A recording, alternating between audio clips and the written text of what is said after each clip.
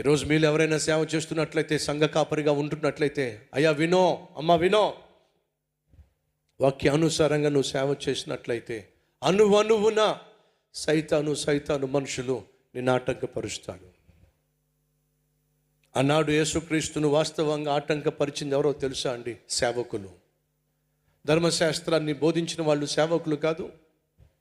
ధర్మశాస్త్రాన్ని ప్రజలకు ప్రసంగించిన పరిసయ్యులు కాదు. ధర్మశాస్త్రాన్ని ప్రజలకు నేర్పిస్తామన్న శాస్త్రులు కాదు. దేవునికి మనిషికి మధ్యవర్తులుగా మేము ఉన్నామన్నటువంటి ప్రధాన యాజకులు కాదు. ఆ రోజు వాస్తవంగా యేసయ్య సేవను ఆటంకపరిచింది, అభ్యంతరపరిచింది, అవమానపరిచింది, ఆడిపోసుకుంది, అల్లరి చేసింది, అసూయతో రగిలిపోయిన నాటి సేవకులే కదండి. ఒకవేళ నువ్వు సేవ చేస్తున్నప్పుడు, పరిచర్య చేస్తున్నప్పుడు, ప్రభు కోసం ప్రయాసపడుతున్నప్పుడు, ప్రాకులాడుతున్నప్పుడు, పోరాడుతున్నప్పుడు ఖచ్చితంగా ఆటంకాలు వస్తాయి.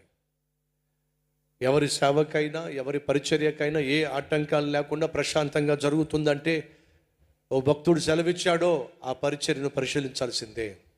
సైతాను భయపట్టలేదంటే, సైతాను ఏ ఆటంకం తీసుకురావట్లేదంటే, సైతాను గడే ప్రశాంతంగా ఉన్నాడంటే ఆ సేవ ఎంతో కొంత సైతానును భయపెట్టే సేవ కాదు కాబట్టే, సైతానుకు అభ్యంతరం కలిగించే సేవ కాదు కాబట్టి సైతాను దాని జోలికి వెళ్తలేదు. కాబట్టి ఆ సేవకుడు తను పరిశీలించుకుంటే మంచిది అని చెప్పన్నాడు ఒక భక్తుడు.